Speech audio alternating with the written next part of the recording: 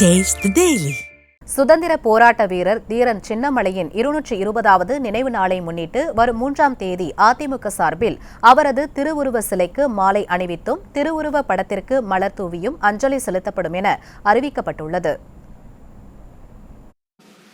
இது தொடர்பாக தலைமை கழகம் வெளியிட்டுள்ள அறிவிப்பில் சுதந்திர போராட்ட வீரர் தீரன் சின்னமலையின் 220வது நினைவு நாளான வரும் 3ஆம் தேதி ஞாயிற்றுக்கிழமை காலை 10 மணி அளவில் அதிமுக பொதுச் செயலாளர் எடப்பாடி கே பழனிசாமியின் மேலான ஆணைப்படி சென்னை கிண்டி திருவிக்க தொழிற்பேட்டை வளாகத்தில் அமைந்துள்ள தீரன் சின்னமலையின் திருவுருவ சிலைக்கும் அங்கே அலங்கரித்து வைக்கப்பட்டிருக்கும் அவரது திருவுருவ படத்திற்கும் அனைத்துலக எம்ஜிஆர் மன்ற செயலாளரும் கழக செய்தி தொடர்பாளருமான சி பொன்னையன் தலைமையில் தலைமை கழக செயலாளர்கள் மாவட்ட கழக செயலாளர்கள் ஆகியோர் மாலை அணிவித்தும் மலர் தூவியும் அஞ்சலி செலுத்த உள்ளார்கள் என்று தெரிவிக்கப்பட்டுள்ளது. இந்நிகழ்ச்சியில் கழக நாடாளுமன்ற சட்டமன்ற உறுப்பினர்கள், முன்னாள் அமைச்சர்கள், முன்னாள் நாடாளுமன்ற சட்டமன்ற உறுப்பினர்கள்,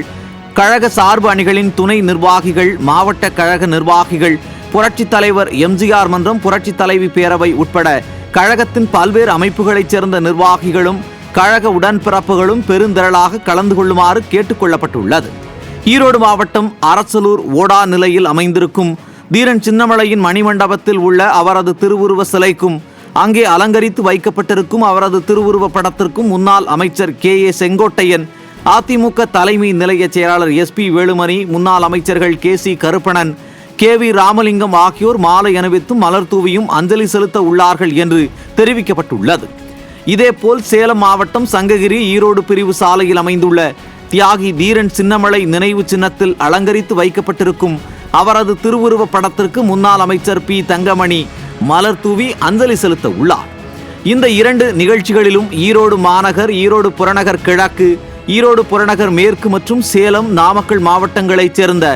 தலைமை கழக செயலாளர்கள், மாவட்ட கழக செயலாளர்கள், கழக நாடாளுமன்ற சட்டமன்ற உறுப்பினர்கள், முன்னாள் அமைச்சர்கள், முன்னாள் நாடாளுமன்ற சட்டமன்ற உறுப்பினர்கள் உட்பட கழகத்தில் பல்வேறு நிலைகளில் பணியாற்றி வரும் நிர்வாகிகளும்